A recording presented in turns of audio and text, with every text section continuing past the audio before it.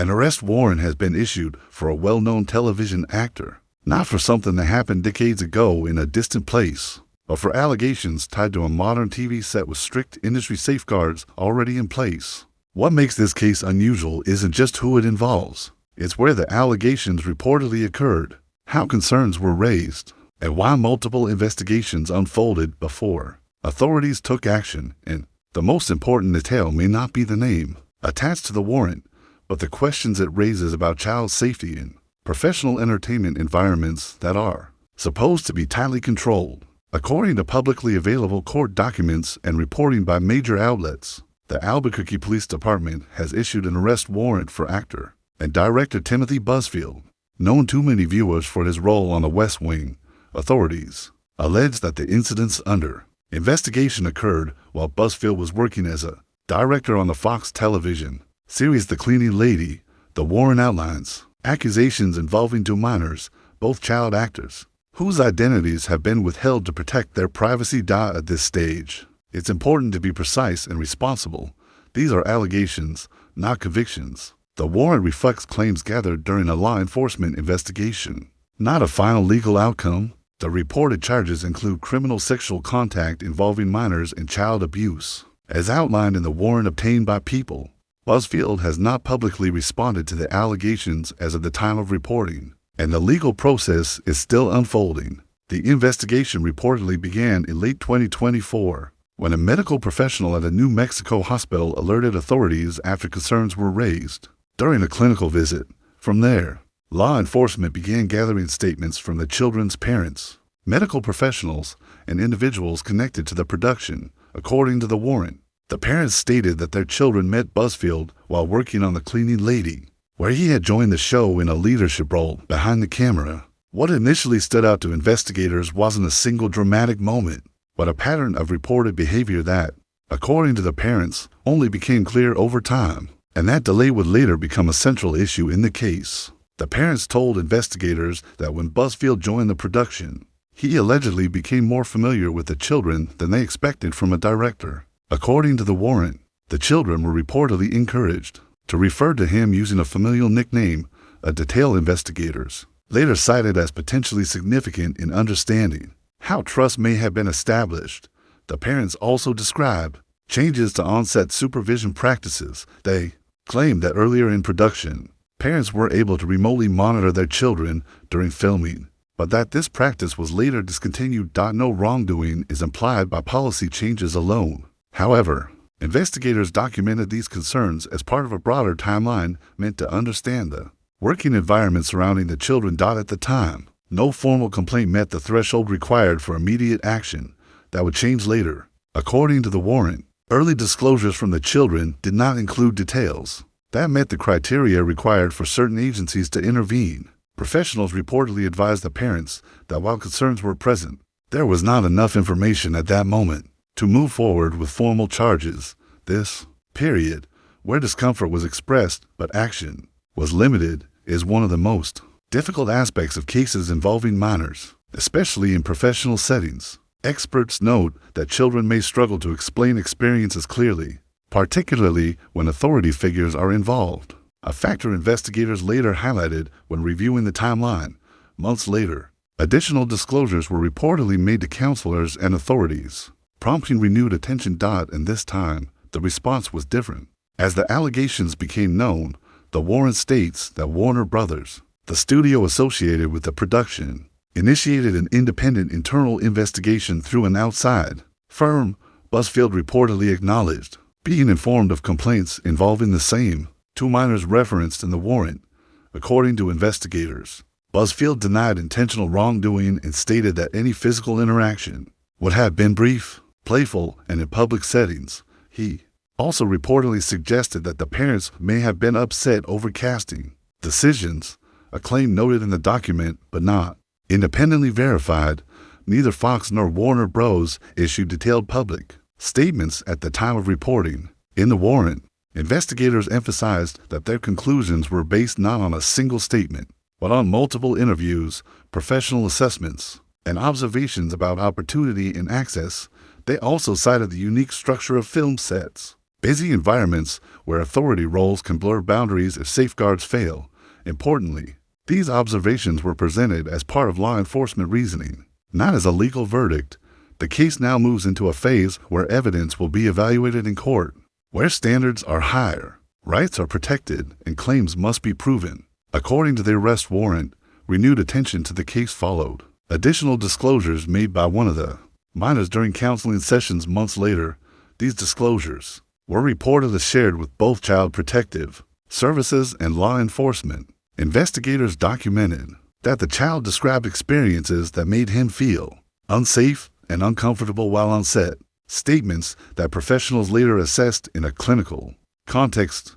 Medical and mental health professionals involved in the process reportedly identified signs of emotional distress, including anxiety-related symptoms. These observations were cited in the warrant as part of the rationale for reopening and expanding the investigation. It's important to clarify, clinical observations are not legal determinations. They are one component investigators use to assess credibility, timing, and consistency, especially in cases involving minors.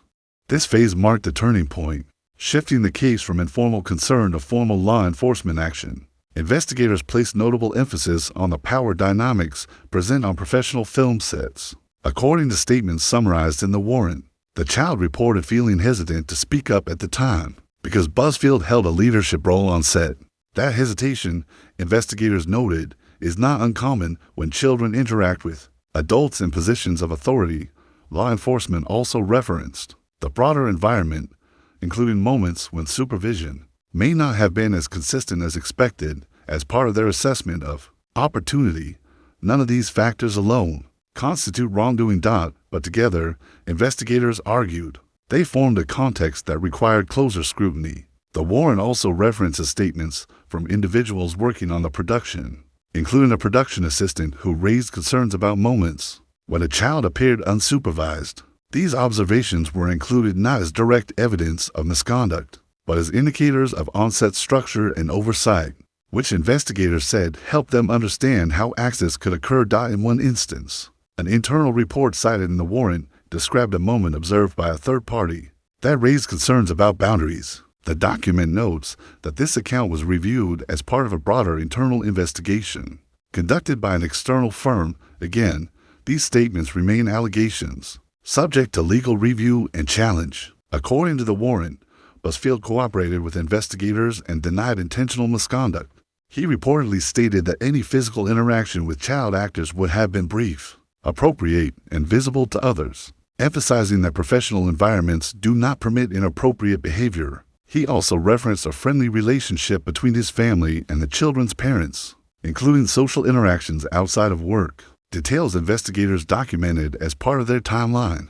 Busfield's statements were included in the warrant alongside other accounts, without legal conclusions drawn at that stage. The warrant also references prior allegations involving Busfield dating back decades, which investigators included as contextual background. In legal terms, such references are not proof of guilt. They are typically used to help investigators assess patterns or corroboration when evaluating whether further inquiry is justified. Any past claims remain separate from the current charges and would be addressed independently under the law. While the allegations focus on one person, the case has sparked broader discussion about child actor protections, oversight mechanisms, and reporting thresholds in entertainment environments. Industry guidelines exist to safeguard minors, but this case highlights how enforcement, consistency, and communication between parents, studios, and authorities can become complex under real-world conditions. Advocates emphasize that improving systems does not require assigning blame prematurely, but rather learning from cases where warning signs may not have been immediately actionable. As the legal process continues, the court will determine what evidence meets the required standard and what does not. But regardless of outcome, the case has already raised questions that extend far beyond one production or one individual, and those questions point to a larger issue that isn't discussed nearly enough. At this stage, the case moves out of the investigative phase and into the legal system, where the rules change. An arrest warrant is not a verdict. It is a procedural step that signals prosecutors believe there is enough information for a court to review the allegations under formal legal standards. From here, evidence will be tested, statements will be challenged, and due process will determine what is ultimately proven for the families involved. The process can be long and emotionally demanding. For the accused, it is also a moment where legal rights and protections apply fully. Courts exist precisely to separate allegations from facts and outcomes from assumptions. But beyond the courtroom, this case has already prompted a wider conversation. Cases involving minors in professional environments often highlight a difficult reality. Systems designed to protect children may still leave gaps when authority, trust, and access intersect. Film and television sets are fast-paced workplaces. Decisions happen quickly. Responsibility is spread across many roles. And when concerns arise that don't immediately meet legal thresholds, families and professionals can find themselves unsure of what action is possible or effective. Investigators noted that many of the challenges in this case were not about a single moment, but about timing, disclosure, and interpretation, especially when children struggle to explain experiences involving adults they trust or fear. Disappointing, that complexity doesn't make accountability less important. It makes clarity more essential. One of the most misunderstood aspects of situations like this is why investigations sometimes take months or even years. Disclosures may emerge gradually. Professional assessments take time. Agencies operate under specific criteria. Understanding that process doesn't mean accepting failure. It means recognizing where safeguards can be strengthened without sacrificing fairness, and that's where long-term impact often begins. Regardless of how this specific case is resolved, it may influence how studios, production companies, and parents think about on-set supervision practices, reporting mechanisms for early conscious independent oversight when minors are involved in how power dynamics are addressed behind the scenes. Meaningful change rarely comes from panic or outrage. It comes from careful review, transparency, and policy improvements built on real-world lessons. As court proceedings move forward, more verified information will likely become public, and with it, a clearer picture of what did or did not occur. That clarity matters not just for those directly involved, but for every family navigating professional spaces with children in them. If you want to understand how similar cases have reshaped industry rules in the past, or how child safety standards are evolving behind the scenes, the next video explores exactly that. Not speculation, not assumptions. Just what has changed, what hasn't, and why it matters.